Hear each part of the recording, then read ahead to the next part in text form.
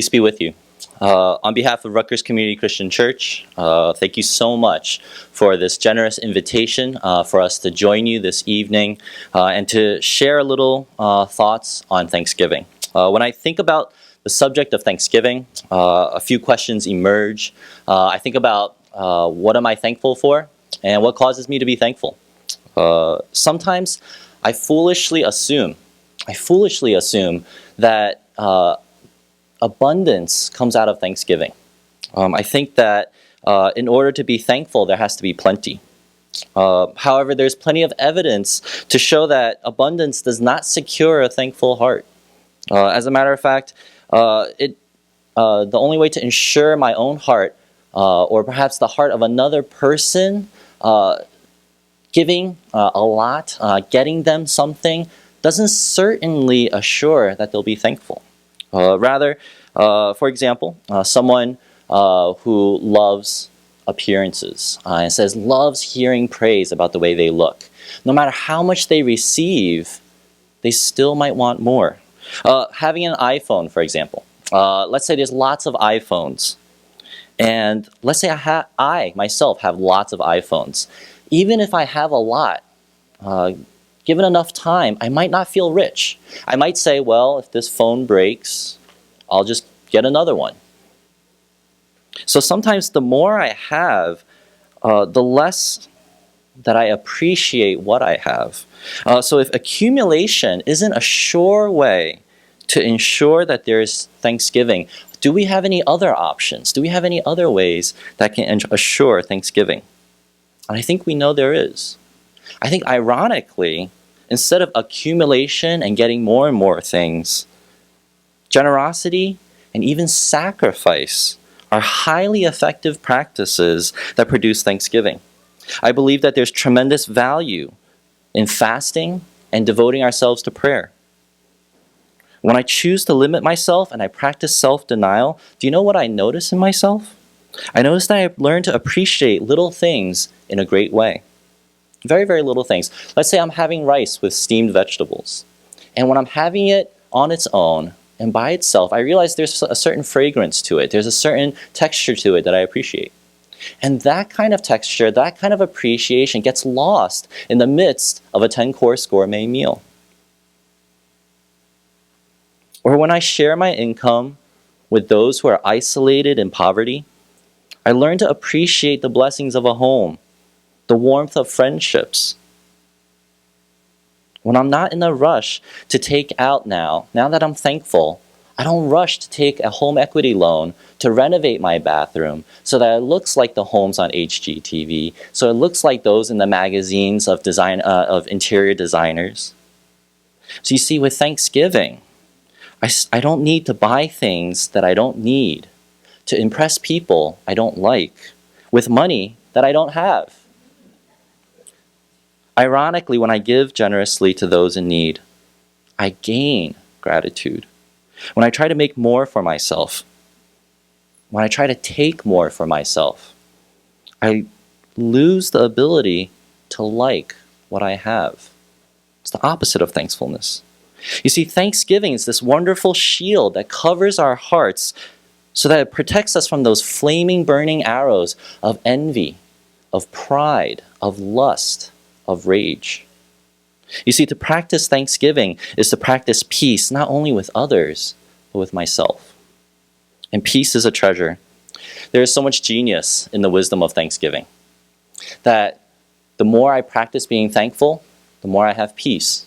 And the more I have peace, the more I become thankful.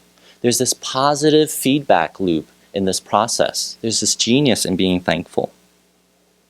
Last year, in the week following Hurricane Sandy, we all experienced a range of loss due to the storm. It ranged from inconvenience for some, injury to others, and to some others, massive collateral damage. But you could see right away the difference between those who have peace and those who do not. We noticed that those who are thankful, even if all they had left were the clothes on their back and the life that they have ahead, even if they only had that bit and they were able to be thankful for it, they were able to be sustained in the midst of sadness and loss with peace. I believe that tremendous peace flows out of the tremendously thankful heart. That there's no such thing as a peaceful man who is thankful. Sorry, let me say that again. There's no such thing as a peaceful man who is not thankful. In other words, an ungrateful man who is peaceful is like a unicorn. It's a thing of fiction. There's no such thing. The Christian tradition also makes the claim that nothing produces thanksgiving so much as receiving and practicing forgiveness. As a matter of fact, we claim that receiving forgiveness not only produces thanksgiving, it produces love. We need love to thrive. Jesus taught that those who have been forgiven of much sins are able to love very much. Those who are forgiven very little love very little. Why? I believe it's perhaps because there's some giving and taking that's going on in the midst of forgiving. Something is being taken away, something else is being given. And what are these things? Well, when forgiveness occurs, guilt and shame are taken away. And who doesn't like guilt and shame from being taken away? That forgiveness, genuine forgiveness, says that I will no longer hold this charge against that person ever again. And in its place, after taking away the guilt, is also a gift giving, a gift of peace. That when forgiveness is practiced, it's saying what this person did was grievously wrong, but he is forgiven. And now I will no longer hold to this charge against him anymore, and I choose peace for both of us. In that moment, the very peace that I'm trying to give away, I don't lose. As a matter of fact, my reserves of peace are all the more. So friends, I want to share with you my greatest source of thanksgiving, which does come from my faith. Christianity claims that when one receives divine forgiveness from a divine source, one experiences infinite levels of forgiveness. What does that mean for me? What I find in the God who pardons is a God who sees my sin fully, even better than me.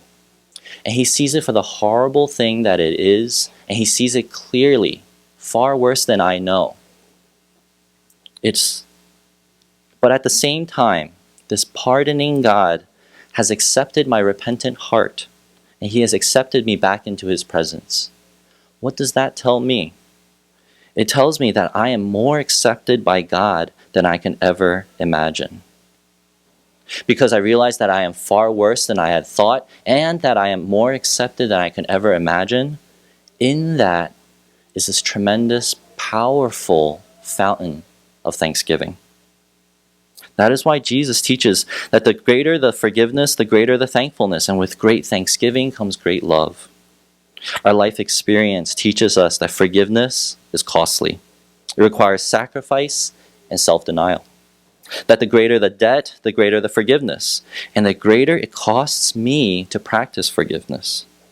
However, friends, in those moments, perhaps thanksgiving is right around the corner. So I hope that my sharing was beneficial in some way. We are incredibly grateful to be invited. We hope to continue to get to know you individually. We are really grateful to be here. And it's also my hope for us all to constantly experience thanksgiving and also enjoy the blessings of peace and joy. Thank you so much.